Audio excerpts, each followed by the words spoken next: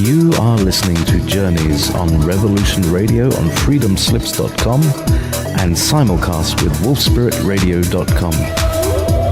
Join JP, your tour guide today, on this journey of discovery from the known to the unknown in search of enlightenment, knowledge, and truth.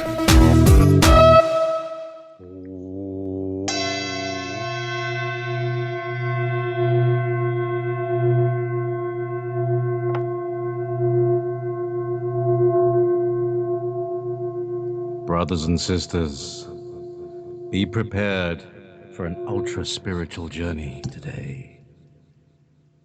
Yes, hello, good evening, welcome, good morning if you're in Australia, good afternoon if you're in America, and, well, what are you doing up there in Britain? Anyway, so good evening, this is JP on Journeys with JP, and tonight I'm joined by JP, so it's going to be a double dose. I hope this is going to be a great deal of fun. So tonight, my guest is, Mr. Ultra Spiritual himself. Thank you so much for joining me, JPs Sears. Good evening. Hey there, JP. That's the most schizophrenic introduction I've ever heard, and I mean that in the best way possible. And I appreciate me being able to whack my knee on the desk to interrupt that lovely introduction. But nonetheless, I'm happy to be here with you, my brother JP. Excellent, excellent. So, so I hope the pain was sufficiently enlightening. Which knee was it, by the way? It was my left knee, so I guess that means I have issues with my mother, but I'm in denial. Was she a Capricorn? It's a good guy, and she was a unicorn, actually. A unicorn, that's fantastic. Well, anyway, no, that joke's too late. My sense of humor is much slower than Americans. I have to write it all down and then anyway. But so I came across you a few months ago. I don't know how long you've been doing your YouTube, but you look like you've been doing a lot of learning in order to get to the point of being able to see what it is and see who is really doing what. So do you want to go back and tell us when did you hit your head or have a motorcycle accident or what terrible thing happened to you that woke you up spiritually? Yeah, well, I was abducted by aliens, and they weren't the friendly kind. They were sort of a rude bunch. They were the proby type, were they? Yeah, like, kind of like non-consensual proby type. But aside from that story, which obviously has a lot of plausibility, nobody can prove it wrong. I think my sort of path into this realm of the spiritual and then the ultra spiritual was about 20. So I guess about 15 years ago, that's when I started to wake up to, hey, there's more to life than what I can sense with my five senses. And I am also not who I think I am. So who the hell am I? So that started my path. And then when I was 23, I moved from the middle of America, a state called Ohio, just boring, flat, out to Southern California. And Southern California is just highly densely populated with the new age, spiritually minded, yogic type people. I lived in Southern California for 10 years. And I think that, aside, in addition to my own path being in California, gave me a lot of fodder for the videos that I play around with present day. So basically, you found yourself amongst hippies. And your reaction to it was like, where exactly did you kind of place yourself in relation to the people that you found yourself around? Yeah, when I would look around and say, hey, look at all these hippies, I think I deserve to raise my hand and say, I was one of them. I think I still am in many regards, to be honest with you. So, everything that I'm having a satirical, comical play with in the videos, there's some degree of that was very true in my life, and some of it still is very true in my life. So Yeah, I was one of those weird people that I was looking at. You know, I had to look in the mirror here and there too. And I think part of that was like very genuine, like, hey, here I am, I'm finding my way, getting into this spiritual path. And then it also took me a long time to realize kind of my take or my part and sort of the spiritual bypassing part of it all. When I started doing the videos, that's when I was really realizing, like, hey, I am also guilty of using my spiritual practices and spiritual beliefs to actually interfere with my spiritual life while delusionally believing that I'm just enhancing my spiritual life with it all. Now that's the moment, isn't it? Because that's the Yeah. moment when you actually pulled your head out your own ass, as we say Yeah. in Britain. No, I love it. And it's kind of like when we pull our head out of our own ass, it's like a paradox. Like now we're seeing the world right side up again or upside down, whatever the inverse of in our own ass is. And I think part of that paradox is, at least my truth is, I began to realize the path I take to find myself can become the path that I lose myself on.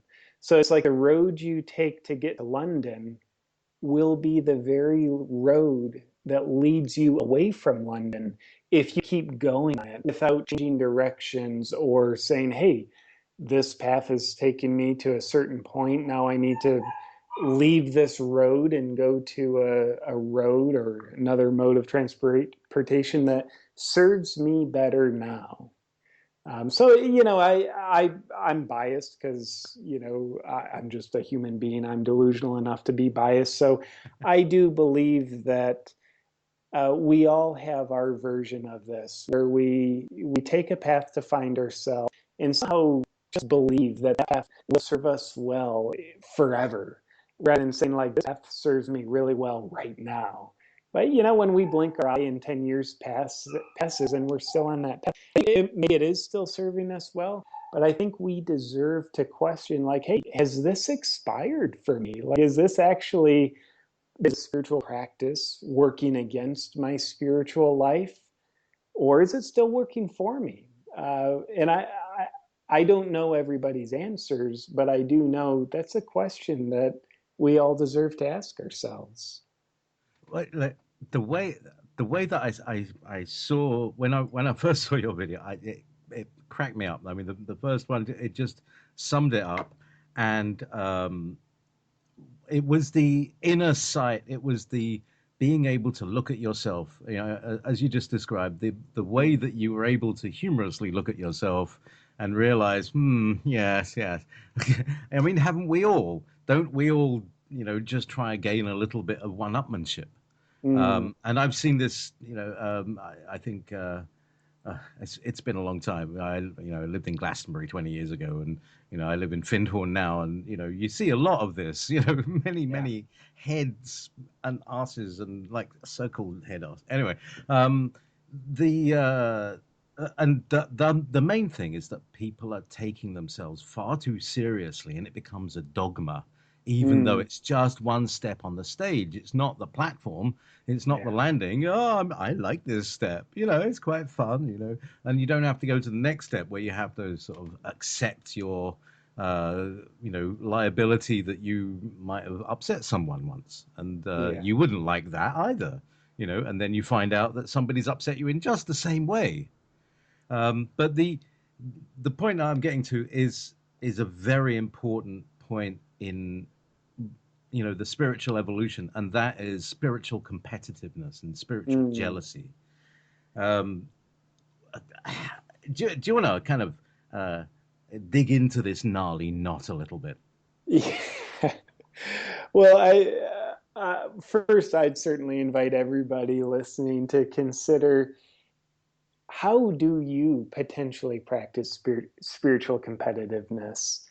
And it's one of those things I don't like to ask people, do you do that? I like to ask people how you do that. I mean, let's just assume you're a human being and therefore you have a human ego. And I think our egos love to take very virtuous, especially spiritual concepts, and then use those spiritual concepts in very egotistical ways. So, I'm more connected to oneness than you are, says the ego. And, the spirit says, I'm connected to oneness and I don't really need to tell people about it. And I think the bottom line when we look at our version of spiritual competitiveness, I'm more at peace than you are, or I'm even competitive with myself. I'm more at peace than I used to be, or I'm more non-judgmental than you. Therefore, I judge myself to be better than your judgmental ass. Um, so, what? Getting back to my point, the bottom line with all that stuff is I think it's bloody okay we do that. We all are infected with this persistent condition called being a human being. It's not going to go anywhere. It's not something we need to cure ourselves of. And part of being a human being, not the whole thing, but part of it is having an ego that wants to gratify itself, that wants to compare ourselves to others, that wants to attach and control and have the illusion of power. So, for God's sakes, we all have an ego. And the question is, can we recognize how our individual ego will kind of practice this spiritual competitiveness while maybe our heart, mind, and soul are practicing the spiritual practice for very genuine reasons. But I'm a big fan of believing, I think these are the words of Ram Dass, you can't get out of a jail that you don't know you're in. So with spiritual competitiveness, we're asking ourselves to realize what is the self-imposed prison that we've potentially put ourselves in. And if we can see it, then hey, we can have healthy boundaries with it. And I think the very act of being aware of it lessens the intensity of it. But Oh, if sure, sure, definitely. and if we're in this self-imposed prison and we're blind to it, then in the words of Ram Dass, we're sure as hell not going to get out of the confinement of that jail that we put ourselves in. And I do also think that we need like I'm telling everybody how they should be. I'll own it. I need a sense of humor. I need to be able to like not take that seriously. Like, yeah, I do this very dysfunctional, egotistical stuff of competitive spirituality, and it's okay. Like, I can be okay with it. I don't need to take the seriousness of that serious.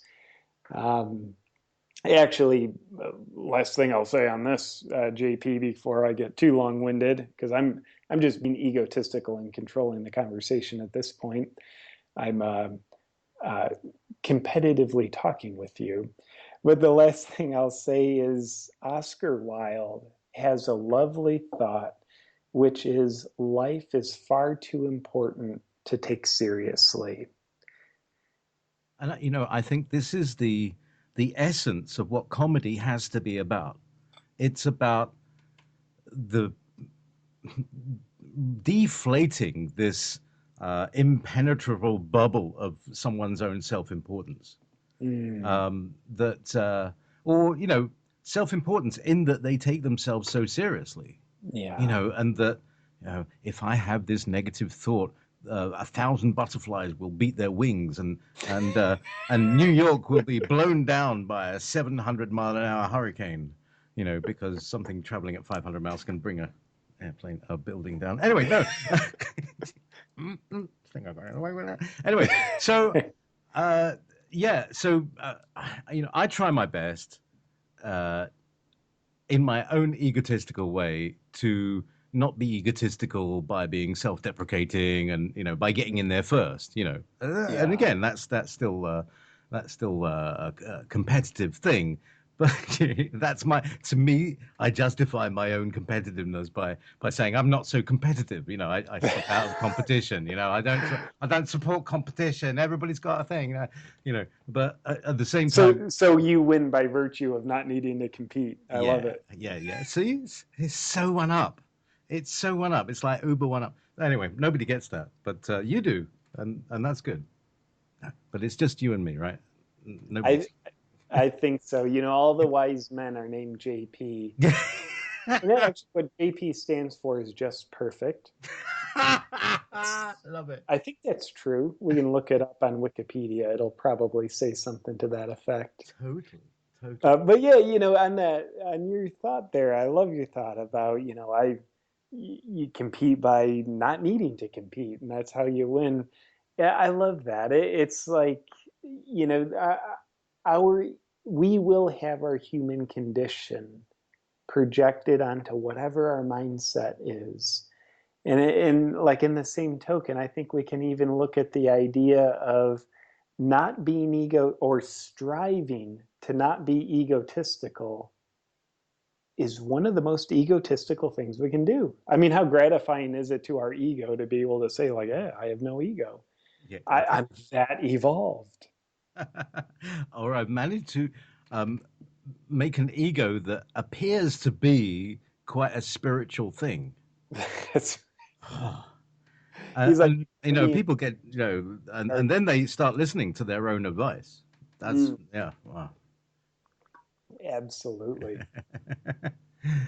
Because it gets to the point, where their version of reality becomes an extreme dogma.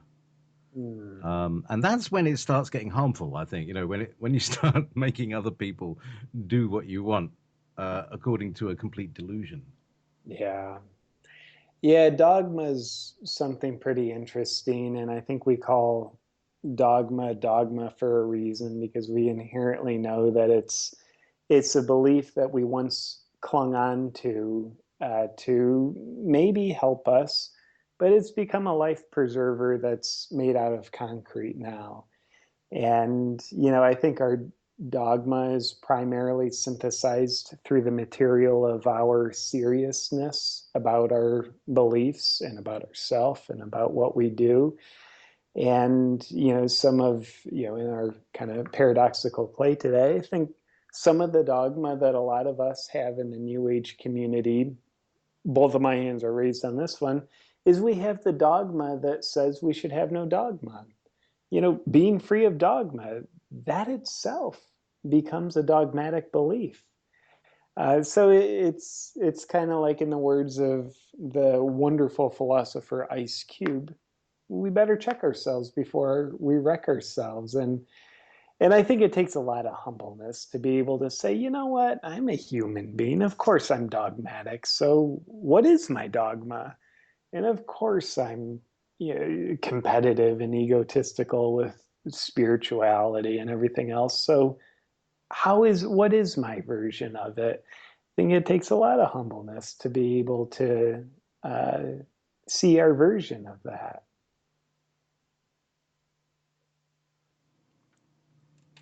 So where are we? Sorry, so I sometimes have to look at the clock just to know that we're not coming up against a hard break and you'll be interrupted. But we got plenty of time. So, Well, yep. JP, there is no time. Didn't you read uh, The Power of Now? Actually, I've just been producing a show with a gentleman called Sean David Morton. I don't know if you've heard of him, but we were talking about the actual physics of time travel and time and how the secret programs have been actually doing. Oops, sorry, there's my stick. Time travel in reality, real like Oh, these. The time tunnel was a real thing. Anyway, long story. Um, so it's very interesting, that's how that it's a spiritual thing. They discovered that the reason they couldn't time teleport people, they could teleport things hmm. easily, but they couldn't teleport people. And what they realized is that they they weren't teleporting their astral body or their spiritual body. Wow, fascinating. So they had to expand the range of the frequency, the spread of the frequency, so that it took in the high frequencies of the. It was like they were being filtered out, as if someone turned down the Yeah. treble like that, and they lost their soul. And so, where did that go? Yeah, I don't know how that, a little time travel aside kind of thing, but uh, we cover a lot of stuff, and it takes. I like to take spirituality into the real scientific domain. So, Mm. what Sean actually did just then was to prove the etheric body, which is the whole object of alternative medicine and alternative Mm. science is to because once you prove the etheric body, it goes all the way up, all through Sure. angelic domains and the whole thing, and mythical creatures and dragons and giants and all that stuff. Once you prove the etheric body, and they had to do it in order to fulfill their secrets projects, but it's still in the secret domain. Wow. Well, so the secret domain sounds like my next question. It might be a secret, and you can't tell me. But where was this location? The time travel experiments done? Sounds fascinating. You can look at certain ones. One is called The Sands of Time, and that's a book by Sean David Morton, and it's Mm. about that secret program. Just look under the word Montauk, Montauk. It was a secret base underneath Montauk Point, Mm. where they did a lot of time and consciousness experiments in the 60s and 50s. No kidding. This is like what all those sci-fi TV shows were about. They were basically Yeah. documentaries showing you where they got to, and they had this thing called the time tunnel. And yeah, it's we've been dealing with some crazy stuff. I tell you, really crazy stuff. Yeah, Oh, that's awesome. yeah, Well, life is what I'm learning here, hearing this from you is life isn't as weird as I think. It's weirder than I can think. totally, totally. And so so you find yourself. So that's kind of. I normally have a bunch of jingles, but my system is all upside down today, so I can't play my jingle. But normally I'd play the Batman Meanwhile jingle to bring us back to you. Well, I've got to Uh, go into my head now. I yeah, love that. yeah, yeah. So my regular listeners will know what I'm talking about. They hear it all the time. But you know, let's take it back to JP arriving fresh faced from Ohio. How old were you? So I would going out to California. I was 23. 23. So really fresh faced, Sure. um, raw skin against the Californian sun. Um, must have been. Was it like how many culture shock levels were there for you? Yeah, it was so shocking that I was in shock to it all, so I didn't even feel the shock. But so big time culture shock. The place I grew up in Ohio, a super small farm town called Bowling Green, Ohio. So a small population, and it's farm fields all around, cornfields, wheat fields, soybean fields, and a real farmer mentality. And I think part of what I mean by that is a very traditional mentality. And part of that, I know there's virtue to tradition, yet part of what wasn't there in my experience was a progressive thinking, going beyond the way things are. So in Ohio, things were kind of just rooted, very traditional, slow pace of living, certainly. And then out in California, it's just like, you know, multiply all that by the speed of light, where first of all it's massively overpopulated in California, so there's the culture shock of like, holy cow, I didn't know there was this many people on the planet, let alone here in California. And then there's the culture shock of the kind of the cultural tendencies that are very different. The for starters, and I think most significantly and beneficially for me, is there's a very progressive way of thinking in Southern California.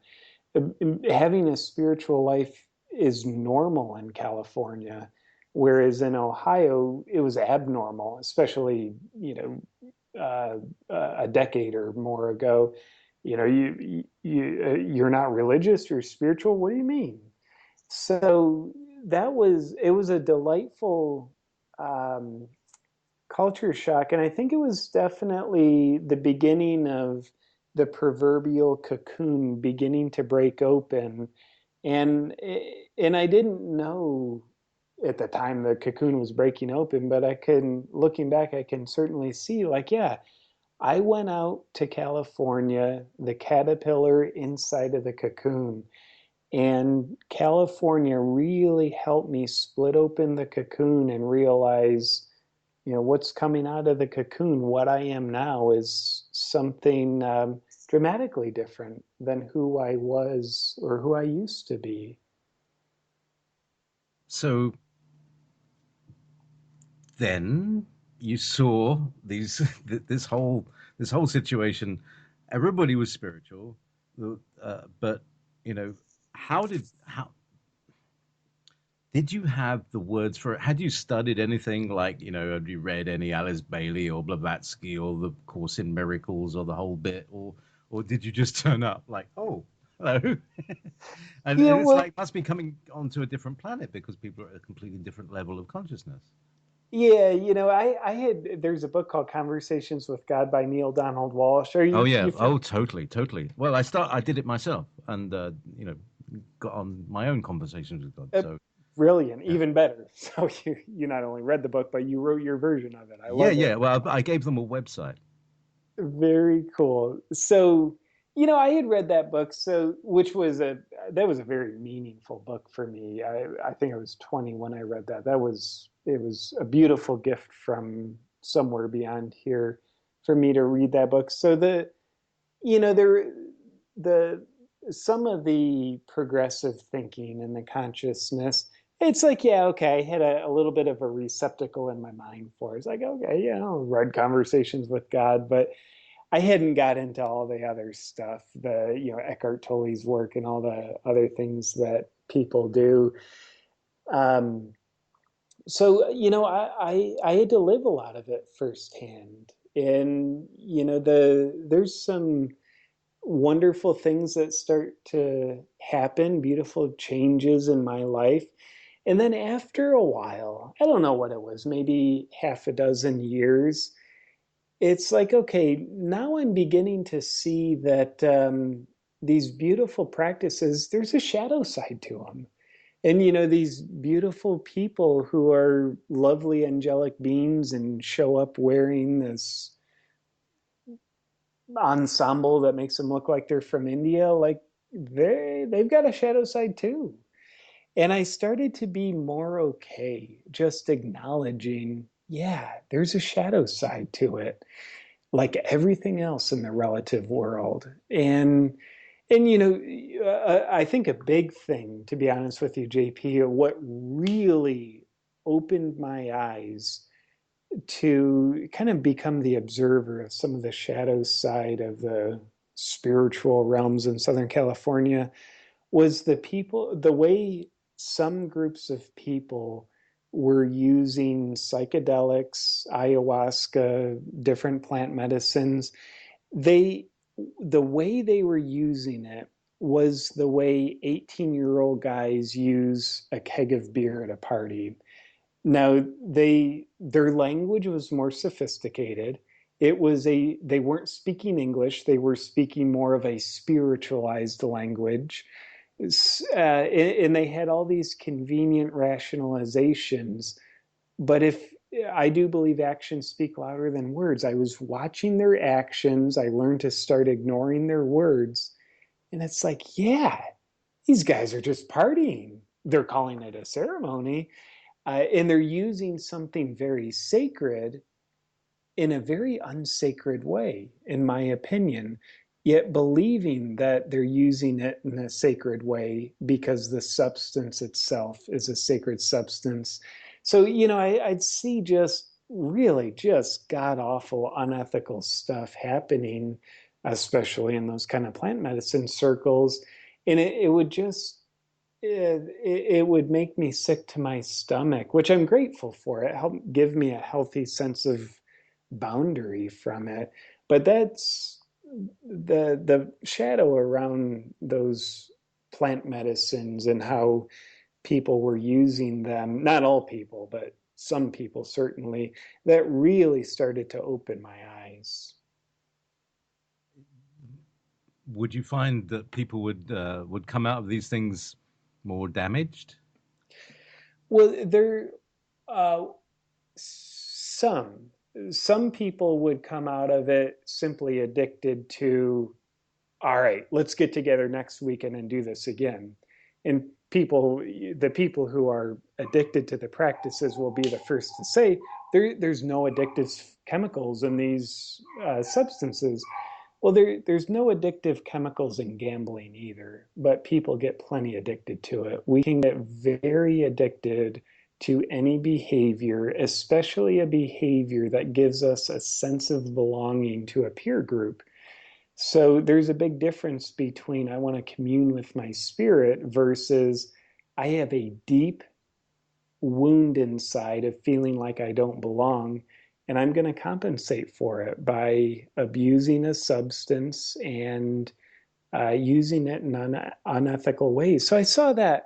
But as far as actual damage, there is a particular friend of mine.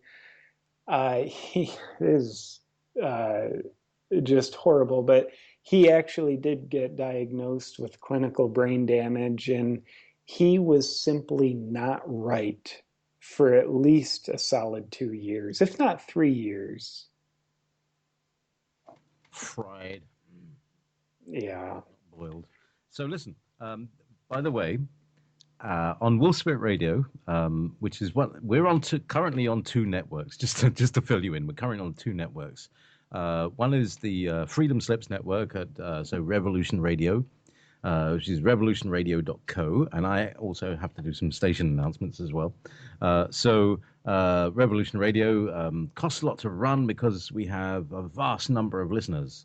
But we're also on Wolf Spirit Radio, which is uh, our collective wolf pack type arrangement. And we run on a lot more of a shoestring um, and small donations, but we're always grateful. So everybody's grateful. Nighthawk has got some great offers at Revolution Radio. So if you go to freedomslips.com /support, and you can see some of the great offers. You can get seeds. I recommend seeds. People, you can buy silver, not seeds, but silver. If you're in the States or Canada, they can send you some silver for a donation as well. So do support a station like that. Also, radio is subscriber supported, so that's people who subscribe to our vast archive of at least 5 years of some of the top names in what is now the truth movement, or whatever you might call it, the freedom movement, the freedom train, yeah, the crazy train, wherever. I mean, there may be some crazy carriages on the freedom train. That's where I sit. Just on the run. So here we are. So I'm talking with JP Sears, and we're also on Wolf Spirit Radio. And on Wolf Spirit Radio, we do reading books. Um, Dolly Howard and Colleen Kelly and myself. I've only done a couple because I don't have so much time to do it. But we read books like Granny reading books for you. It's wonderful. And currently, we're reading Conversations with God by Neil Donald Walsh. So there's your prime synchronicity number one for the show. And maybe you can talk a bit about synchronicity and how people take it a little too, think seriously or, delusionally, like number counters. And, people who seem to be in a dream world all the time. Yeah, JP, I apologize if I'm interrupting you. I'm not able to hear you very well right now. The audio level has come down a little bit. Oh, hang Uh, on. How about that? pretty. Is that any better? That's a lot better, my There we friend. go. Okay. You I must have touched something. So, there. How do I? well, Yeah. Okay. Go ahead. it, in the words of your mother many decades ago, don't touch anything. Don't touch Uh, anything. Now, I tell you, things happen here spontaneously, without me touching them, and basically stuff happens, mm. as George Bush used to say. And I don't know. I've got this Linux system that I kind of semi know about, and and it sometimes does spontaneous things like cut off the audio feed. And I haven't touched the keyboard, and nothing's there, and no one's near the keyboard, and I don't have a cat. You know, I just maybe have ghosts. All I can say is I've got some very computer savvy ghosts who can mess about and mess with my head. Yeah. See your dog. You can hear him. What kind of dog? Yeah, he's a little dachshund, and yeah, I apologize for him yelping in the background. He's not having a good day. He's got a bladder infection. I had him to the vet earlier. He's on the right medication and a little bit of pain medication as well, but unfortunately he gets a little bit of a pain spike here and there. So yeah, actually I really feel bad for the little guy right now. He got a bit of a sore schmeckle. So what's he called? His name is Zephyr. Zephyr. Yeah. Gentle breeze across the desert. So, well, everybody send some love to Zephyr. We do a healing thing, you know, just to get weird. Yeah, no, absolutely. We do a healing thing on the Sunday, Will Spirit, and we do remote healings, and we use the consciousness field of the listenership. So everybody does a big sort of mass meditation, and we direct consciousness to healing things and alleviating earthquake stress and stuff like that. Mm. Really, it does work. It's very strange and very effective. Very effective. Oh, absolutely. It's a very interesting group experiment, really. You know, we just think, you know, we just do it and assume it happens, and it does. It does. Yeah. So, my question, or my is synchronicity, Mm. and how things like that are synchronous. Yeah. Yeah, you know, I won't pretend to be wise enough to explain synchronicity. I the best I can say is I'm in awe of them. And I don't know about you, JP, but for me, synchronicities, it just feels good. Like a intrinsic, really kind of inner fulfilling way. To me, it feels good to notice synchronicities. And I think if I were to pretend like I understood, personally, I think the world on the whole could use a lot more of. And I know there's a show too, but the I think one of the therapeutic benefits that I get from noticing synchronicities is it gets me a bit out of my mind. It helps remind me I'm things. Me, the lower self JP. I'm not in control of things, and I think there's a Zen saying that I absolutely love, which is the only thing you can control is your ability to surrender the need to control. And when I see the stars going in synchronicities, it just helps remind me I'm not in control, and I'm not supposed to be in control either. So personally, I love synchronicities, and by the shadow side, I'm sure we could try and absolve ourselves of personal responsibility with that statement. Well, yeah, heck, I'm not in control, so someone else made me do it. Um, but I personally am working on noticing more synchronicities in my life because I need more of it, to be honest with you. It's like being winked at by the universe to say, yeah, It's hey, okay, fine, and that'll do. You know, that's enough to make your day. To that Yeah. I'm sorry to interrupt. Please go Go ahead, ahead. go ahead, make your day. Yeah, well, I was just going to say your description of synchronicities is the best one I've ever heard. I love it. It's like being winked at by the universe. Game, set, match right there, my friend. That's awesome. It's it's like these bubble pools the kids jump around. Yeah, yeah. Like you've got these bubbles, and that's what it feels like you're moving through. And sometimes the bubble just kind of bang and hits you in the face, and you disappear into a little point where everything comes together and makes your life make sense, that this is why you're here, and this is and in a way it makes everything okay. Yeah.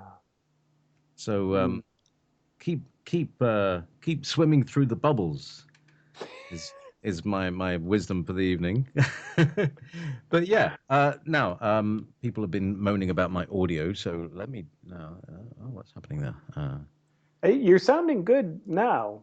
Okay, You had gotten pretty faint again, but you're right now at least coming through on oh, my it's end. You're getting super good. fainter. Oh, getting fainter. Yeah, I'm working on it. I think my computer needs a bit of. Actually, long story. I'm going to go offline later on and fix everything. But at the moment, I'm getting a lot of interference and distortion on my Uh, headphones and stuff. Anyway, so my guest, JP Sears, here we are. Um, so, so we were talking about, the synchronicities and how they, they brighten your day. They, um, they're like a crumb dropped on the path. Aha, yes, that makes sense.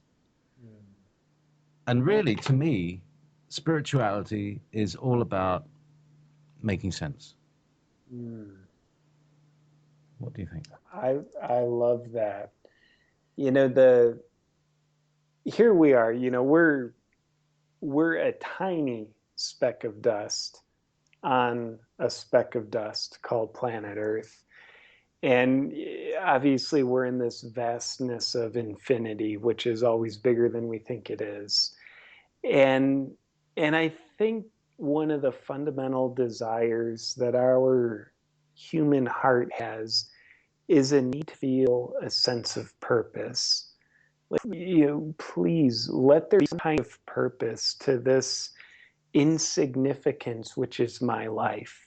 I think that when we look at this insignificance of our, we're the super tiny speck of dust on another speck of dust. That purpose is what brings significance to what would otherwise just be a sense of insignificance.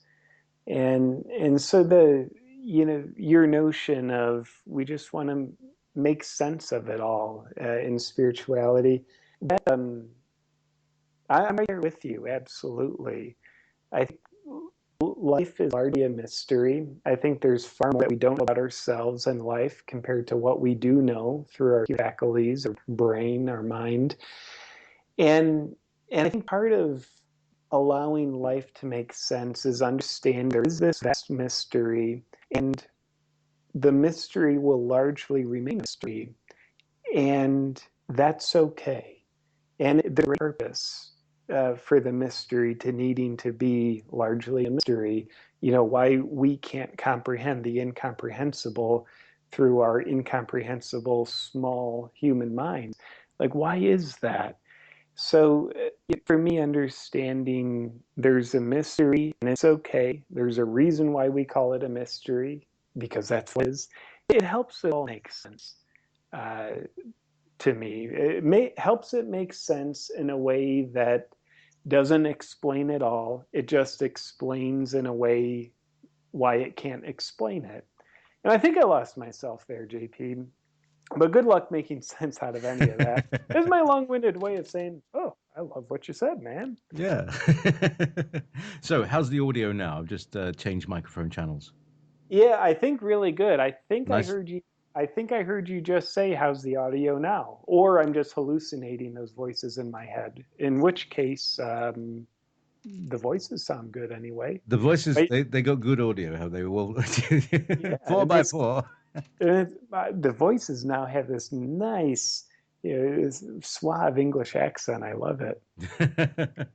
Isn't it funny? I always thought there's always been this thing with American accent or with American women who listen to my British accent and think it's really nice. They like it. Mm, And I yeah. realized why. All British people in American films are evil. So it's Oh, all for the wrong reasons. I I'm love sorry, it. loves. It's all for the wrong reasons. I'm not really a badass. I'm just who I am. Well, they don't have to know that you're actually a good guy. I think don't kill their fantasy, JP. True, true. I won't spoil it for anybody by revealing that the truth is far more mundane than anybody could possibly imagine. But anyway, you see, I normally drink tea, and in in honor of America, I'm drinking coffee, and I've drunk about four of them now. So I'm just about getting up to kind of to kind of get to a level of comprehension of Southern California. So meanwhile, where was I?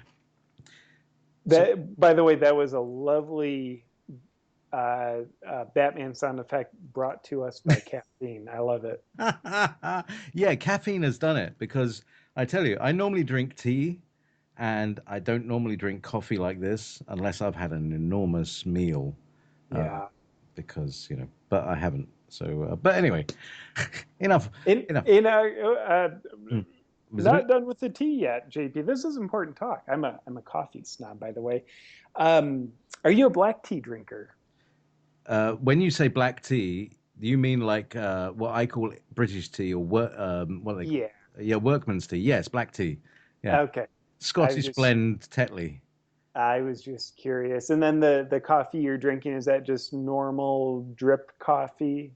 It's cafetier, which I know snobs don't like. So I apologize ahead of this, but it's Italian blend from my local co-op, which is Mm. the yeah, it's nice. It's a nice coffee. Well, to me, it's nice.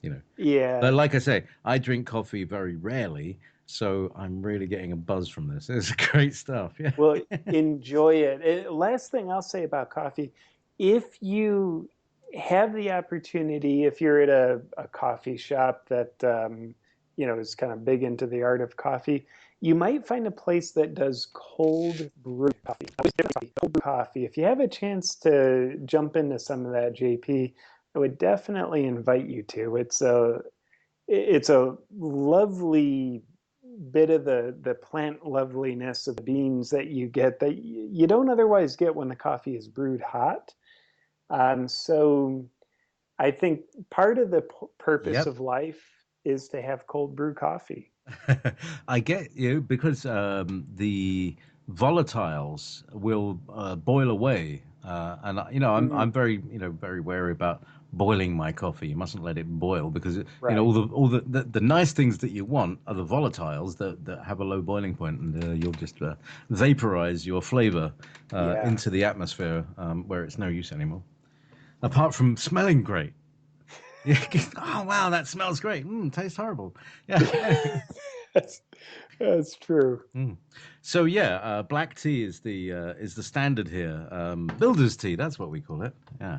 And this Builder's this tea. coffee. See, I tell you, this coffee has taken me into a frequency zone where everything is kind of fuzzy and malleable, but nothing is real. I'm sort of slightly hallucinating on it. Well, I am curious. Was your coffee brewed with ayahuasca, JP? It's taken me to the brink of death and back. Yeah, okay, that's And not my coffee you're drinking. DM, yeah, hey, yeah, my brain is expanding, and I don't know, I don't think my skull will let it fit. Well, you've got the good stuff then. I'm I, happy to hear I that. got some good stuff. It's definitely some good stuff.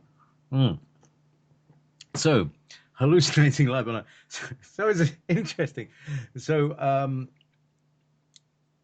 and again, where we meet is the culture shock of see, I live in a place, northern Scotland, near a place called Findhorn. I don't know Hmm. if you've heard of Findhorn, but there's lots of Yeah, hippies there. yeah. Okay, and they all do this, and I used to do this. I don't know if do you know Himalayan throat singing It well, is that? I think I do, but and let's just say no, just to and be and the safe. harmonic chanting, which is being able to Yeah, sing one note and you would kind of whistle this other note. And I've been doing this for a while, and I thought, oh, that's really cool. And then I came up to Findhorn in Scotland, and I met five or six people who could do it, and it was just amazing. And they were so much better than me. Um, of course, because in terms of art, I'm like I draw the wibbly square.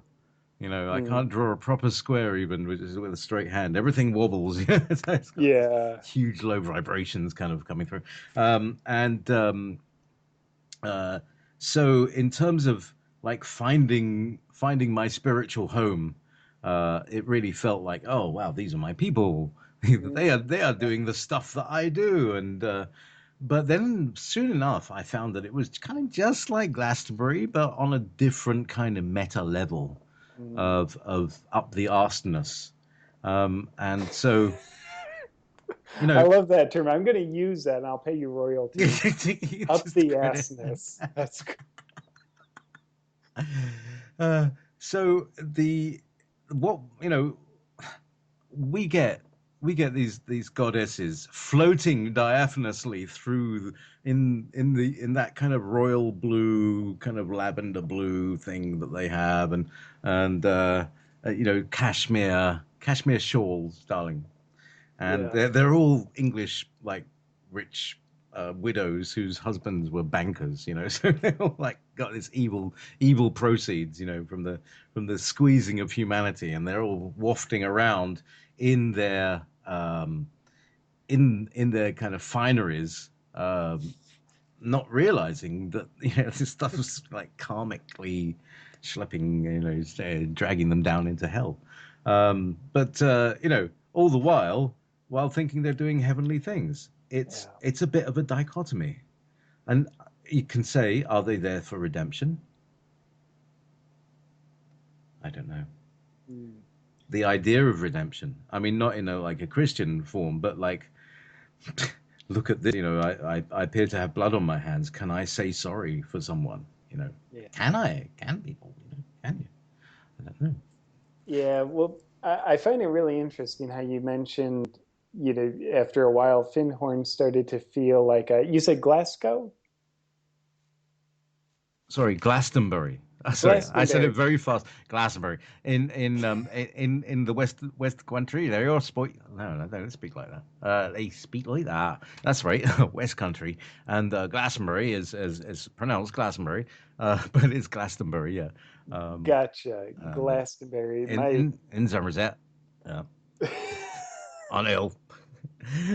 So anyway, so yes, in Glastonbury, there is a certain amount of up their arseness, and there is a lot of ayahuasca going around, I have to say, and uh, some legit, and some, as you say, they're partying on what is essentially a sacred ceremony, and in a way, you get the same excuse when people smoke their Indian spirit tobacco. sure. This is the stuff that they smoke in the peace pipe. Yeah, maybe once a year Yeah. on a special as day. opposed as Yeah, opposed to 20 times a day. that's Little right. little bit. Um, but yeah, I appreciate you sharing all that. And to me, it reminds me of a lesson that I probably always need a reminder of, which is wherever you go, there you are. So you can hear my dog where he is right now.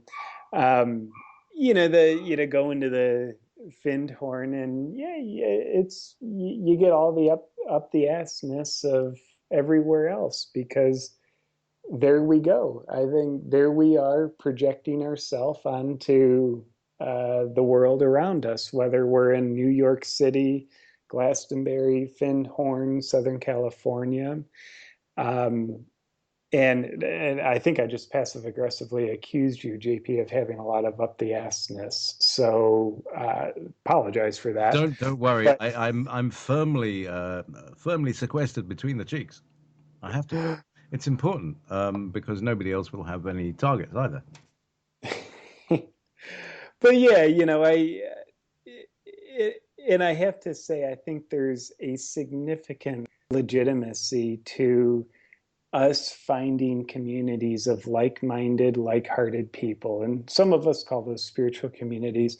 So much legitimacy to it. I mean, yes, I take the piss out of it in my videos because I'm playfully exposing some of the shadow sides. In the videos, I don't really bother talking about the light side because it's the light side. It's way more obvious to see. It's out in the light. But I do want to honor there's great virtue. I mean, I look at my life. I've had so much benefit, growth, and support and connection being a part of like-minded communities. So, I want to honor them while we take the piss out of them, and also realize that when we find a new level of comfort and support in a like-minded community, we have to remember our poop still stinks. We still have our junk that we need to resolve, our old wounds that still need to be healed. We can't just bypass them because we're in a lovely community now. So, anyway, part of me was just compelled to speak that piece. Let that compulsion ride. So listen, we're going to be taking. Here we go. Perfect, perfect timing. Thank you very much, JP. So listen, there'll be more of a JP on JP action after the break on Journeys with JP. Welcome back to Journeys with JP, and oh, that's right. And here I am, and I'm here in Scotland, and I'm talking with JP, who's over in Southern California. It's very bizarre. It's kind of like having a kind of strange kind of organic mirror. Oh, how strange. Meanwhile, back in Studio B, at Revolution Radio, freedomslips.com, listener supported station. Please check the current area. That should be the one. Check out the Silver Rush this month, where you can make a donation of $100 and we'll send you a silver dollar that you can probably make colloidal silver from. Please tell me if you can make colloidal silver from this one, please, somebody in the chat room who knows about this stuff. Is it 4-9 silver or is it 3-9 silver? Don't use 3-9 silver for colloidal. Only use 4-9 silver. That's my silver. That's my colloidal silver advice. Anyhow, yeah, because health. Let's check out, because this is a big thing. Along with the kind of spirituality thing, is the whole health food thing. That sadly, it seems in the States, is hijacked by, well, everything's hijacked in the States. It's really awful to watch. That what you get called organic is nowhere near what we call organic. Organic food is like Sure. food that you grow in your garden, and you're being rained on with aluminium or aluminum, and you're also being cascaded with terrible toxic chemicals and all that stuff. And so what was organic is now like a kind of almost a plastic remnant of something that used to be food. And so there's a big movement to make things more healthy, and improve the body architecture by putting herbs and spices and things in the appropriate places. Which I think is a very rich theme for for a lot of over seriousness. Mm. Yeah, I think maybe it's self-contradictory. I think what you bring up, it is a very serious consideration. I mean, having our nutrition be less than ideal, and maybe even far less than ideal, sometimes even when it's called organic. There's a part of me that says, "Oh, dang, that's some serious stuff to consider." And at the same time, heck yeah, there's an over extreme. And by the way, I was definitely an over extreme person with nutrition for, I don't know, a good portion of my middle 20s, where everything had to be super clean. Like, God forbid I would even look at a piece of junk food or something that wasn't organic, even though organic isn't what it should be, as you so wisely point out. And then I also do have learned with myself, when I get over serious about nutrition, I do so with a rationalization that says I'm going to take my nutrition super, super seriously to improve my vitality. So it's like, yeah, maybe I improve my vitality through, 5 units of more nutrition per day, just to use arbitrary quantifications. but my obsessive compulsivity about it, my mental emotional stress about it, my control around the nutrition, what if that costs me 6 units vitality a day? I've got a net loss. And I love the Buddhist philosophy of aim for the space in between, the middle way. I think it is absolutely ludicrous to be completely mindless about our nutrition and just eat things that sort of taste good but aren't actually food. Things that cost our body far more nutrition compared to what it actually delivers. I think it's just ludicrous to be mindless about that stuff. And and then there is the going to the extreme in the opposite direction where we become so controlling around our food that that itself can perhaps cost us vitality, not to mention quality of life. So the balance in the middle, the space in between, what is that? I think it's an elusive question. It's an elusive point of balance. And I think at best, the only person that can answer that would be each of us for our own self. I think one person's answer of balance might represent a point of imbalance for someone else. But yeah, nonetheless, just a little delusional JP thought to the wise JP question. Which one's delusional? Which one's wise? That's what I want to know. Yes. That's the mystery. One of us, or maybe both of us, are correct. And I think a lot of people's a lot of conflicts. People think there's only two ways, and as you say, there is always a space between, which accommodates everybody. Strangely Yeah. enough, the room accommodates me and it accommodates you, and yet it doesn't complain. Funny how that works. Hmm, Absolutely. yeah. Space. So, hang on. Have I got an effect? Hang on. Space. Did that come out? Yeah, that is very cosmic of you, JP. Yeah. That's impressive. JP Sears. There All you of us all of a sudden I think my ego gained 2 dress sizes hearing my name pronounced like that. go. You can clip that out and use it. Actually, I was wondering, maybe one day you can, or maybe you could do it right now, and I'll clip it out and just do me a jingle saying, "This is JP. Listen to Journeys with JP." Yeah, you want me to go for it right Yeah, now? yeah, why not? And I'll clip it out and then later. I love it. This is JP, and you're listening to Journeys with JP. Awesome. Thank you. Thank you. It, You heard and it I live on didn't air. I didn't even screw it up too much, did I? You didn't screw it up. Oh, it's very Well, important. well, I'm doing my best. My purpose of life is to meet other people's expectations. Hope. Maybe. Yeah, but yeah, I mean, the world is driven by insecurity. Yeah, We do a lot of things because of insecurity. Actually, we do just about. If it wasn't for insecurity, we wouldn't do anything, would we? yeah. Let's face it.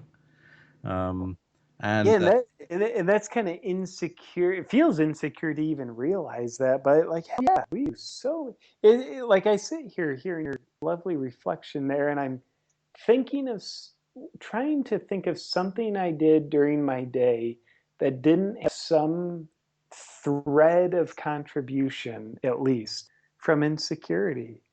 And it's hard to think of anything, to be honest with you. isn't it? I mean, it's like a pool cue kind of poking us from various directions. And it's amazing that we get to the end of a small walk without being knocked sideways by this thing. All Yeah. this, I must do that. And, oh, forgot to do this. And I've got to call the bank. Oh, what about the tax that I've been ignoring and all this stuff? And then there's this other freedom part of you that thinks, but tax. Yeah, well, who needs to pay tax anyway? I'm a free man, and I walk in my galactic thing with my free man, and I charge for my time and all this stuff off the police. And actually, I tried it; it works. And they really can't cope with somebody being very positive with them and truthful. Because the whole system, the legal system, is based on lies. That's what legal means, and so when you actually present the real truth to police people, they just really can't cope with it. It's very strange. Had a great Yeah. time. Had a great time with them. It wasn't a very long interaction, but I think she'll remember me forever. Oh, it's somehow you were her karma coming to find her. Oh, absolutely. Because I was saying, you realize that you're stealing my car. No, we're not stealing it. We're confiscating it. Well, hang on a second. When somebody takes something away without your consent, is that what's that? Oh, that's stealing. Well, so you're stealing my car. No, we're confiscating it. And I had about a 20-minute conversation that went on like that. I recounted the whole thing. It was in 2012, this thing. And it was such a strange moment in time Hmm. that I'm not kidding. It felt like there was this golden beam shining like a spotlight, a theatrical spotlight shining down on me that needed me to deliver this message. We're here, and we're not taking any of this crap anymore. And they took my car, and so I walk these days. But it was worth it. It was really worth Well, it. she won the battle, but I think you're winning the war of philosophy. Absolutely, absolutely. So, I mean, do you meet people like this? I mean, have you met like these freedom guys and Yeah, a little bit. Here and there I haven't been too indoctrinated into deep conversations with them or super close acquaintances. But on the periphery, I've gotten a few earfuls of that kind of talk. oh, that's good. It's always good for a bit.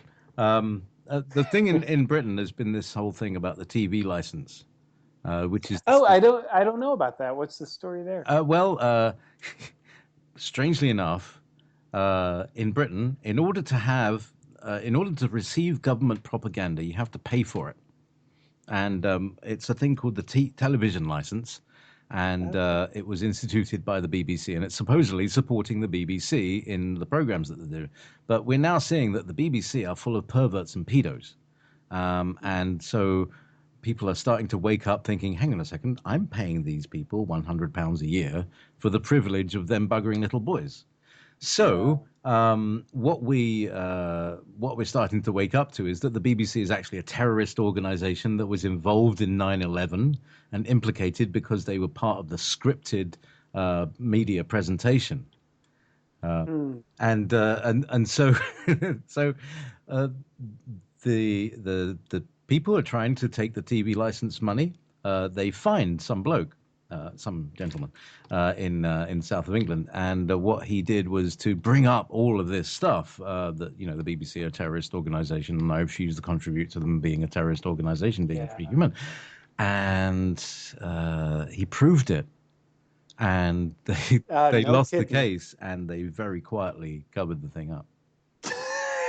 But it's true. I'd BBC. imagine the word quiet was redefined with how they covered that up. I bet it took it to a new level. Oh yes, oh yes, very shush, very hush hush, in the old abstract world. So that's the story of the BBC and the licensed people, and actually that's how I got introduced to internet radio. Is I started interviewing people who are into these anarchism and Yeah. libertarianism and things like that, which is it's interesting. I'm philosophically open. I'm not one for the other, or my philosophy is love.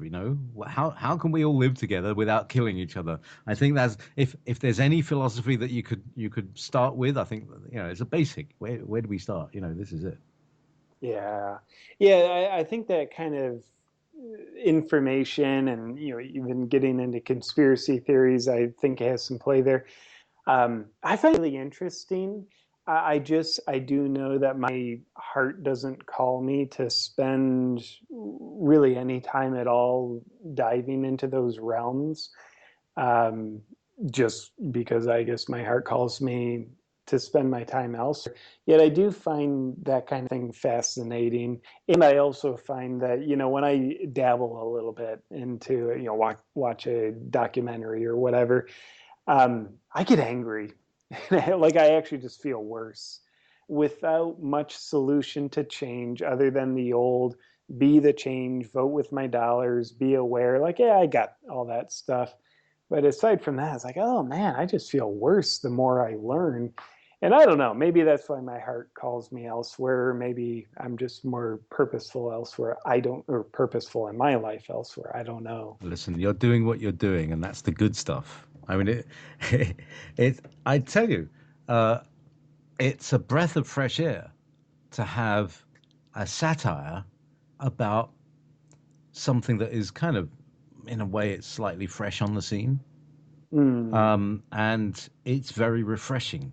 Because, actually, I was thinking one day I would write a kind of stand up routine. I've always been thinking, I've always wanted to have a stand up routine and write a stand up routine about this kind of stuff. And Yeah. yeah, man, you beat me to it, man. Yeah. And Oh, that's yeah. it. That's it, because I didn't act. I Mm. just thought, oh, yeah, yeah. And when you think, oh, yeah, yeah, that thought just thinks, oh, well, bugger him. I'll find someone else. Just like a bad girlfriend. Absolutely. Well, yeah, we can shame on you, JP, for not acting. And I would dare say that there's plenty of material. I think there's plenty of time for you to still act.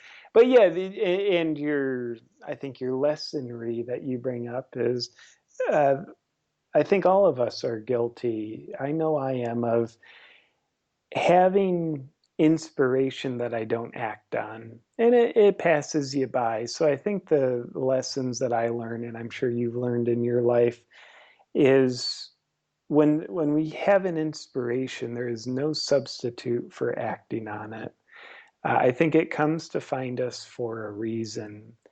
But yeah, I would dare say I feel very blessed to have, I guess, been willing to honor the inspiration to bring the ultra spiritual comedy to life through, I guess, the loins of my video camera.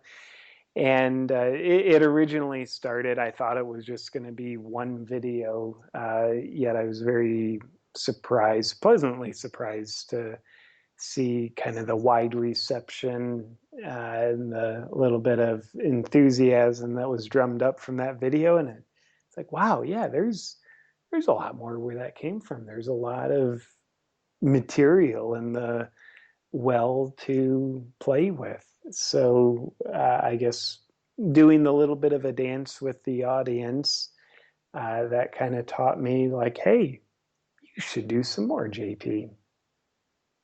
I think you should do some more, JP. Yeah, as I said, I've enjoyed as many as I think I've seen. How many have you done so far? And what's the kind of listener? I mean, you're now what we call a YouTuber. Uh, you're a YouTuber. Oh, you're such a tuber. Actually, in no, no, no, I won't say. But you've got quite a a large following. And how does it work? Does it pay your rent?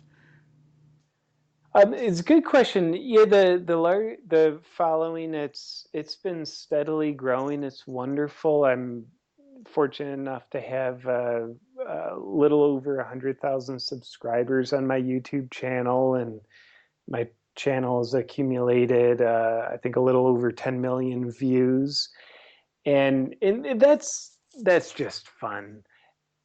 My priority is I do the videos for me. They're kind of like my art, and I don't think any of us have business doing our art if we're not doing it first and foremost for ourselves, which I think means honoring the creative spirit that moves through us. rather than, well, let me do this to try and impress people, or let me do this to try and build a large audience. It's like, that's just secondary. It'll happen or it won't. But I think what's most important is we honor our art.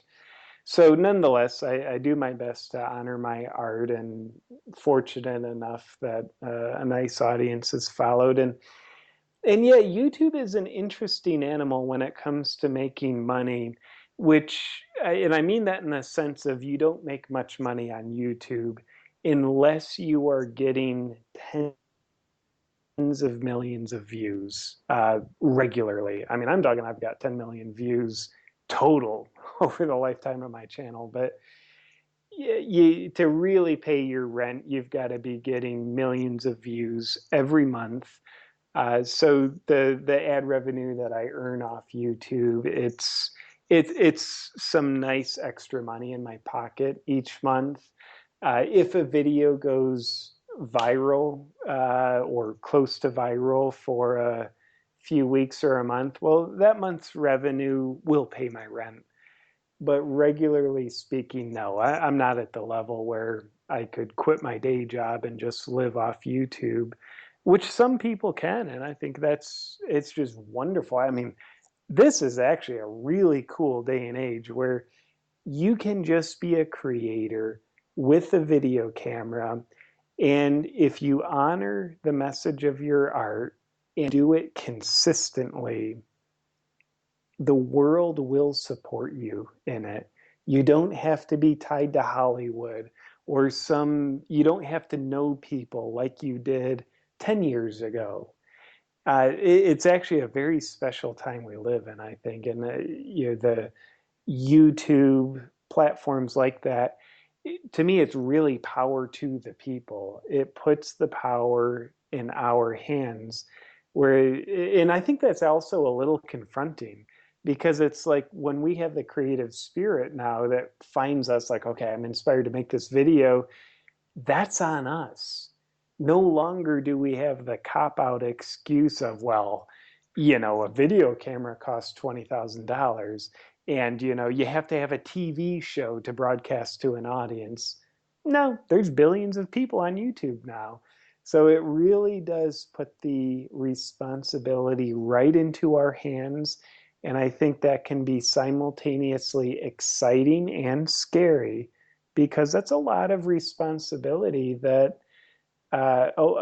responsibility of bringing our art, our message to the world, um, that we're given the potential of, at least. There's something fun there to connect, in your words, something cathartic there, which is, me, I need to process something around this material, something that I'm self-identified with.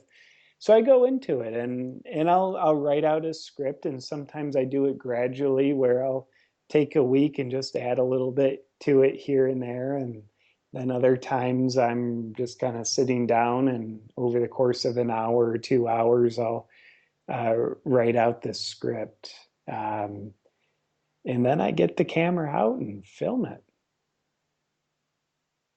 And I will add this to it, and this will probably sound ultra spiritual of me. The ideas for any of the videos, it doesn't really feel like I generate the ideas, like I think of them. It feels like the ideas just come to me. And I think what I mean by that, at least my version of it, is the ideas seem to be more intuitively inspired rather than logically inspired. So that's my take, and I might just be delusional and making that up, but at least it makes for a decent sounding story. Well, that's not an uncommon story for creative endeavors, Yeah. and it's certainly. I learned to be very spontaneous because I used to have a music studio, and I used to open my doors. I had all the Ah. instruments there, and on a Friday night, regularly, so this is what you were talking about, doing things regularly. On a Friday night, I would open my doors, and people would come. We'd have a little fire outside, and and we jammed for hours long into the night. Sometimes Mm. sometimes it'd be a couple of hours and then everybody go home. Um, or I would get pissed off with everybody and like, okay, that's enough. Get home, get off. Yeah.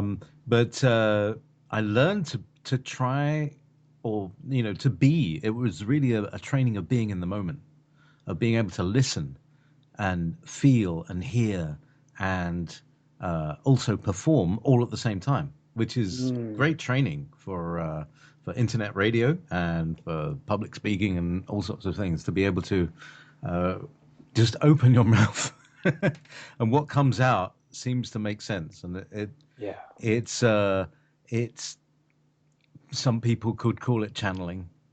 Um, I don't know. What did Charlie Chaplin did do when he was doing that great speech? Did it just come off the top of his head, or did he write it out? Who knows? Mm. Um, but there are, some people are just able to open their mouths and this amazing stuff flows out. And I think that's the expression of the soul, which is what we're all here for to do. Yeah. Just express. Go ahead. Yeah, I agree. I think there's a task that we're all called to take on, which is honor what wants to live through us. And I think that what you're talking about is just that. What wants to live through us? What am I channeling? What river of life is kind of flowing through me that wants to seek expression? I think we all have that. The question is, do we allow it?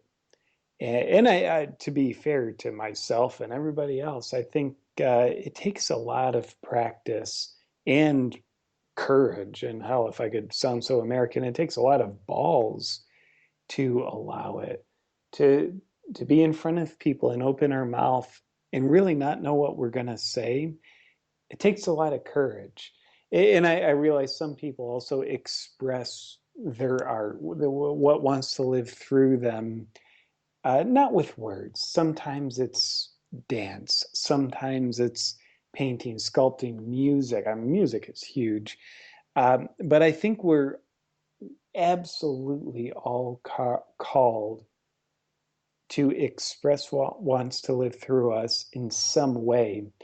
And I think that expression part is important, where somehow what's within us, what's coming through us, wants to also seek expression into the outside world. And it's our job, I think, first to connect with that which is within. And then it's our job to deliver it to the outside world. And I think that's a bit of a bringing things full circle.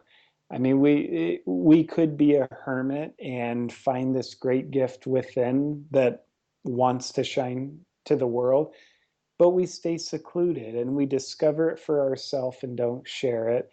Hell, I mean, that's a great step. It's wonderful. Yet, I mean, my experience is these great gifts are delivered inside of us, but are not just for us. They want to live through us, not just in us.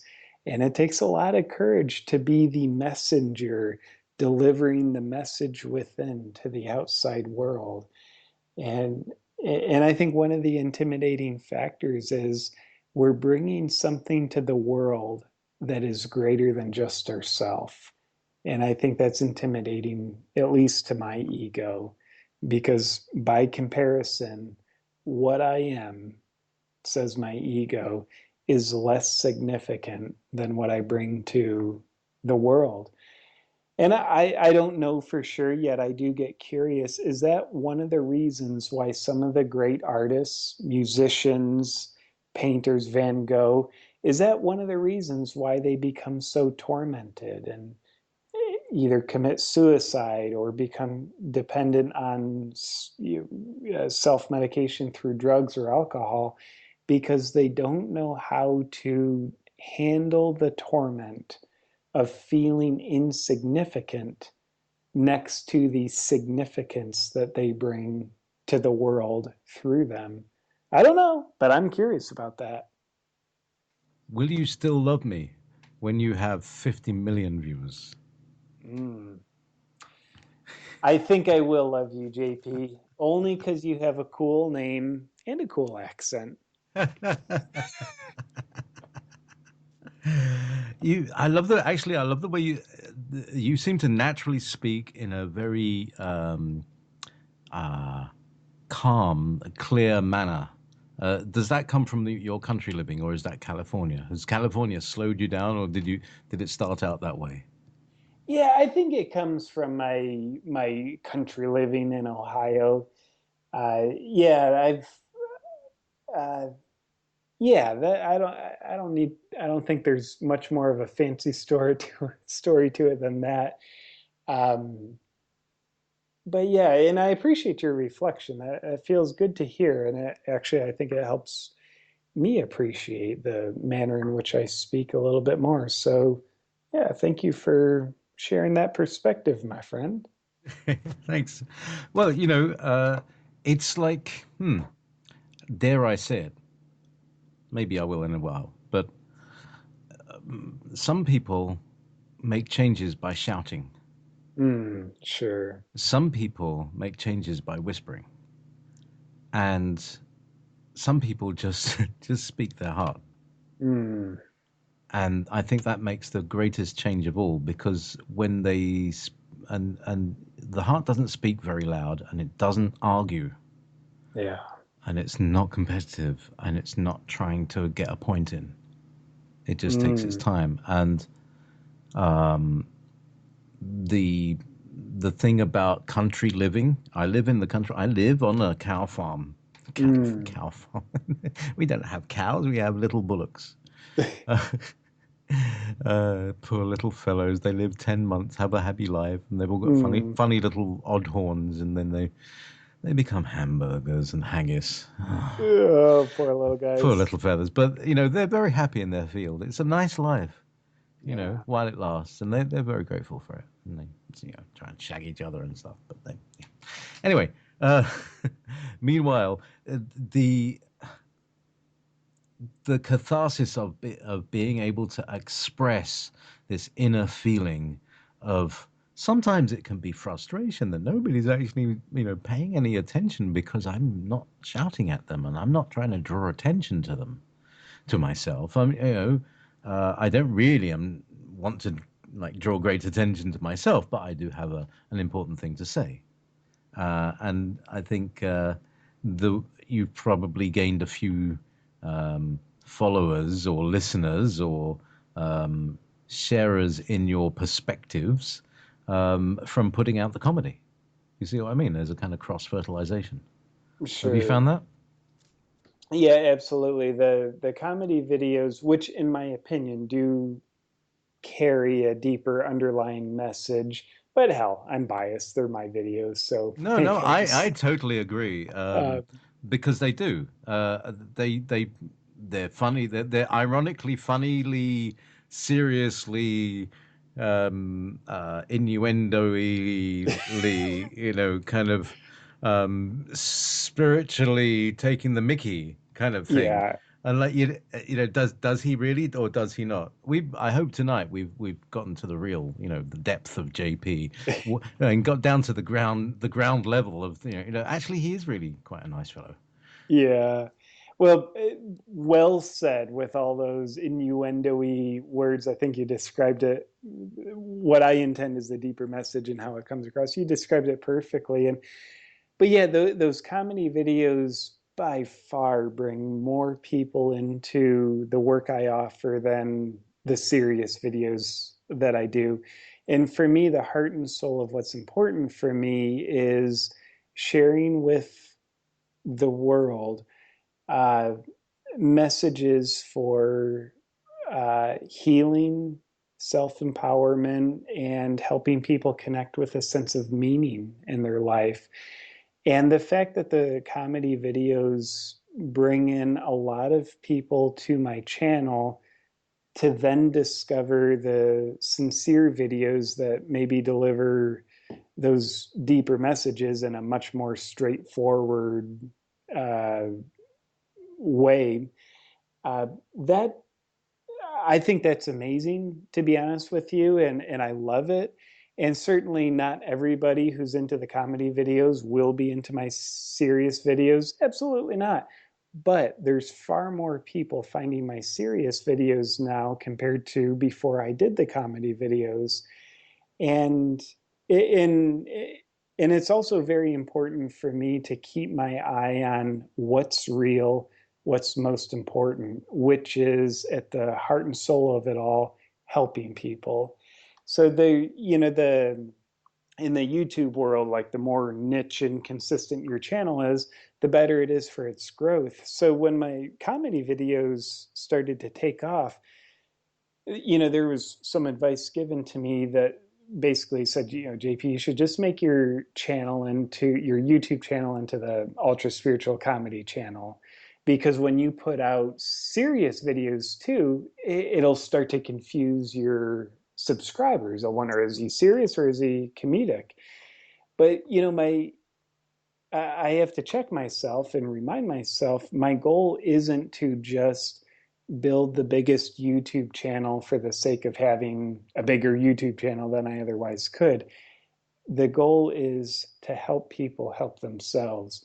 And the fact that, as you point out, the comedy videos not only, okay, deliver a little bit of a message there, but also they're entertaining. Therefore, they bring attention to my channel, which has more straightforward, sincere, intimate videos on it. The comedy videos, long story short, essentially are kind of the bait that gets some people into the door for what I consider the heart and soul of my work. The little dangly bit at the front of the anglerfish. Absolutely. And don't get me wrong, I love the comedy videos. I mean, they're just near and dear to me. Yet I have to realize, yeah, helping people help themselves, that's the real calling. So listen, to help JP help himself, all you have to do is go to his YouTube channel and maybe, just you don't even have to watch the video. Just allow the advert to play. Just click away. It doesn't matter. Oh, let the little banner run or something. Turn the sound down. You don't need to. But I mean, if you did want to like actually kind of awaken with JP, you know, you go to Awaken with JP, which is his YouTube channel. There's you go. I So like what you did there. That's awesome. so linguistic programming aside, Awaken with JP, the YouTube channel, has more than just comedy. Are you a musician? Do you play music? Are you a I polymath? I wish I did, but the honest answer is nope. Okay, and uh, the Tibetan bowl. Do you have a collection of Tibetan bowl? Because that actually was my Tibetan bowl I played at the beginning of the show. Now I have one Tibetan bowl, and I'll tell you, I barely have that one Tibetan bowl. So my lovely now ex-girlfriend, her and I broke up about, the hell is it? Call it 6 weeks ago. Oh no! Yeah, I just There said was that there to was a big kind of Pluto, Uranus, Neptune thing that kind of yes. blew everybody's relationships up then. So Pluto ruined my relationship yeah, you again. can blame Pluto. Actually, really, you really can. It's all Pluto's fault because Pluto takes you right down to the nitty gritty of like who you really are. No bullshit. And so if there's any stuff down there, it'll bring it up, and maybe somebody doesn't want to live with that anymore. So Yeah. and that works for everybody. So I'm not pointing anything out, but it worked for everybody. Somehow my relationship managed to survive. I don't know, due to sheer tenacity of my girlfriend. She's from Berlin, and doesn't let go. So it's great. So yeah, ultra spiritual, and let's take it there. I'm sure there's been a few rich themes that you've mined on that, which is the spirituality of relationship. Mm. Yeah, absolutely. There's a couple relationship videos, and actually, synchronously here, I was mentioning my ex-girlfriend. one of the relationship videos I did in the ultra spiritual sense is how to ruin a relationship. And my And it lovely, worked. yeah, I'll tell you, we actually implemented everything in that video, and that's part of what made our relationship fail. And I think there was some legitimacy too. Like it was healthfully time for us to move on. I think we got each got what we needed from the relationship. Anyway, with all those rationalizations aside, I probably just said that so all the single women out there will think I'm actually functional, cover up my dysfunctional hoopla that happens in the relationship. So yeah, that girlfriend was in the video with me, and that was fun. Which, by the way, actually, back to the Tibetan bowl. I'll get back to the relationship in a second. But when I started dating this past ex-girlfriend a couple years ago, I got her the Tibetan bowl as a gift to her. And then, okay, cool, lovely gift, JP. And then, let's see, it was October of 2014. I was just shooting the first Ultra Spiritual video, and she's behind the camera. And right before I started, I'm like, okay, let me grab your Tibetan bowl. Just, a little visual effect here and sound effect. Well, something extra spiritual here. So I dinged the bowl, and then, for the rest of the videos, it was like, yeah, that's a good entry sound. Let me use that. And then some of the other videos, I'll have the bowl also as a visual prop. So nonetheless, about 6 weeks ago when we're breaking up, and like, okay, relationship's over. Get the hell out of the house. What stuff is yours? What stuff is mine? The Tibetan bowl is hers. And she said, "Do you want it?" And I said, "No, of course not. I got that for you as a gift. You keep it." And she said, "No, I want you to have it because it's kind of become a little bit of a mascot of yours." So the moral of the story, JP, is I still have that damn Tibetan bowl and I'm happy about it. Ah, there was the product of that relationship, all summed up in one bunch of frequencies. Yeah, which were expressed through one 45-minute long story. Boy, that was That was cool. That was uh, cool. That was cool. Because actually, I was having, um, a lot of spiritual teachers never speak about this. My spiritual teacher actually did. Was that most people get their most inspiration on the toilet, mm, right? And I asked him about this because I was saying, oh, uh, Master, back in the day, so, or something, I don't know. But I, I was on the loo, and suddenly I had this great thought, and I was thinking of you, and the whole mother father thing, and it was great. And he said, "Oh no, it's cool," because he said stuff like that. He said cool and awesome, and he said it's cool because your crown center is open. When your base center is open, your crown center opens up. That, ah, that's the natural linkage.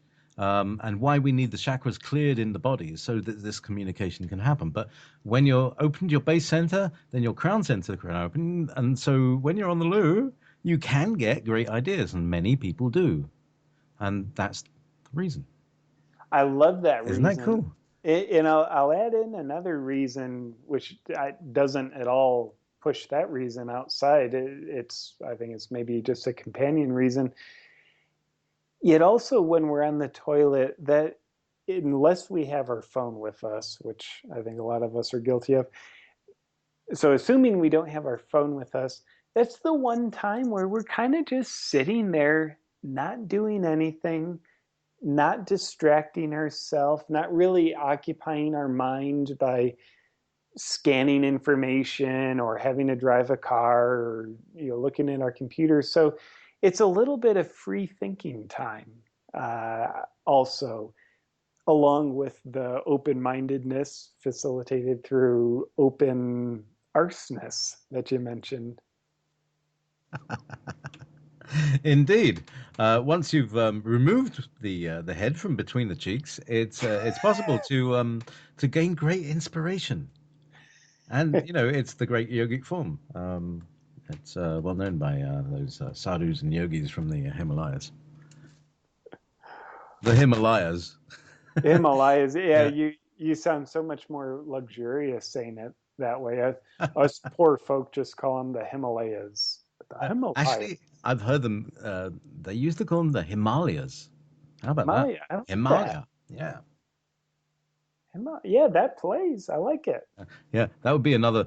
I loved you. You're talking about how to awkwardly pronounce spiritual words and the whole namaste and stuff like that. I have a whole other thing about that, but the idea of mispronouncing Sanskrit is something that you hear a lot of people do, especially as we're starting to learn a little bit more about spirituality on in these Truth Radio networks. By the way, have you had many sort of radio interviews or video interviews? Yeah, I have, and I have to say I love doing interviews. I love to like a conversation like this where we get to talk about life, work, the pursuit of inner peace. I love talking about these kind of things in interviews. So I do feel fortunate that I do get to do a lot of podcast interviews, radio interviews, some video interviews. Uh, Makes me feel important about myself, but also it gives me an opportunity to express things that are important to me, which I love, as well as converse with lovely people like you who have wonderful perspectives, and you have your own perspectives about life.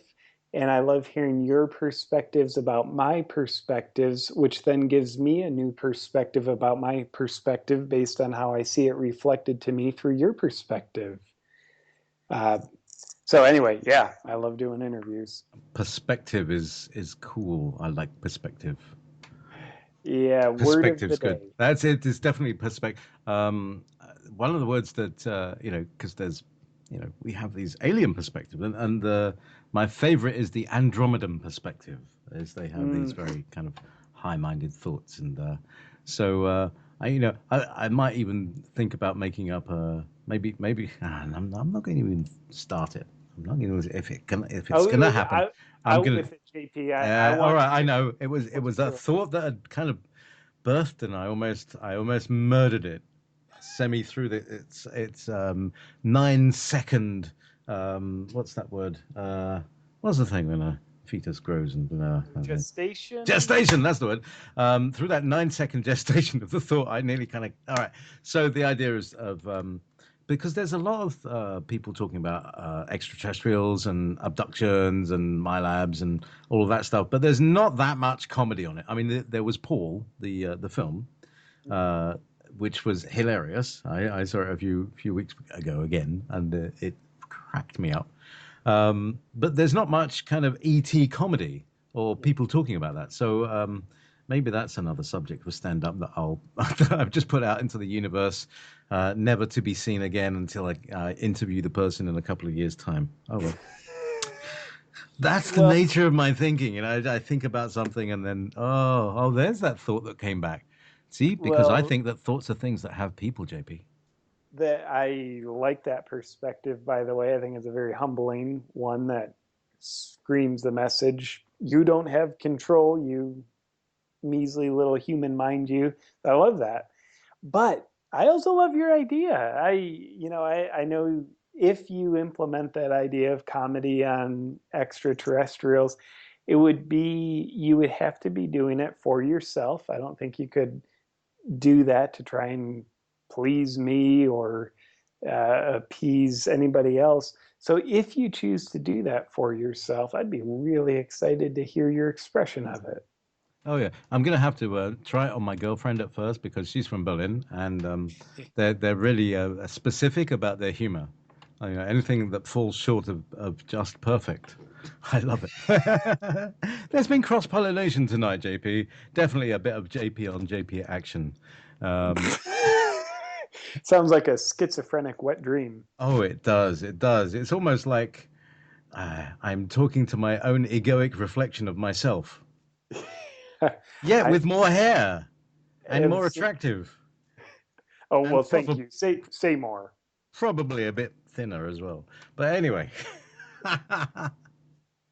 meanwhile, um, we're just at the end.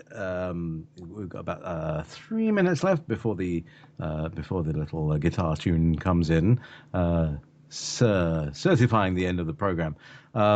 It's been truly an enlightening, lightening, light, funny experience. Because light is light, isn't it? Mm, Light, it's like light, not heavy. It's like light, kind of bright, and it's light as in funny. mm. So light is light, and it's lovely to bask in a reflective light that reflects back the light that reflects back that reflects back the light that reflects back. And I couldn't Uh, possibly have scripted that. no, that is not possible to script. I'll verify that. But yeah, speaking of light reflecting light, I really do appreciate you, JP, having me on your show. I know your show is part of the art that you shine on the world. It's part of your light. And for you to invite me to be a part of your offering tonight, I mean, it's very humbling. It's very honoring that you look at some weirdo with red hair that lives halfway across the world and say, hey, come be goofy with me and let's talk about life. I love this. So I really appreciate you having me on your lovely offering to the world. Ah, wrong mic again. That's great. Thank you so much, JP. What's your? It's Awaken with JP. See, I even NLP'd myself. Awaken with JP. YouTube channel, Awaken with JP.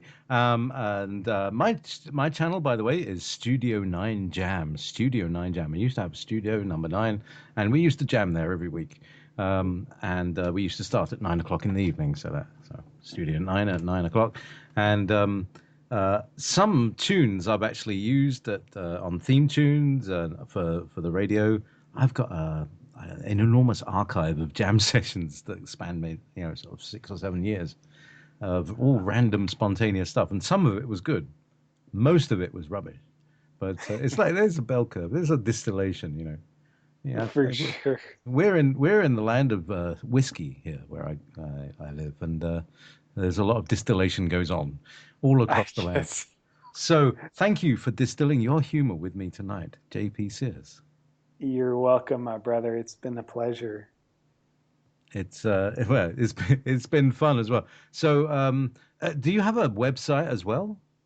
Yeah, I do. The As of now, like for the next few days, probably, my website is innerawakeningsonline.com.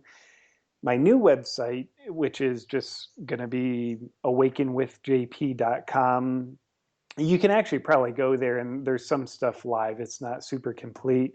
But so yeah, the one probably to remember is awakenwithjp. That's .com. That's just consistent with all my social media stuff.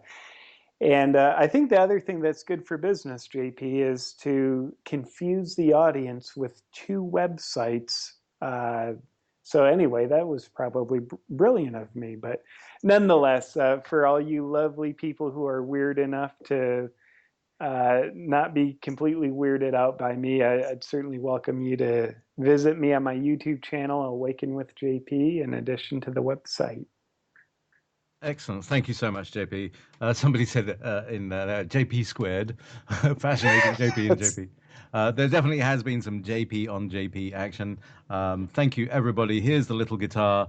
God bless you all. We love you all. And come back next week to Journeys with JP on Revolution Radio, on revolutionradio.co.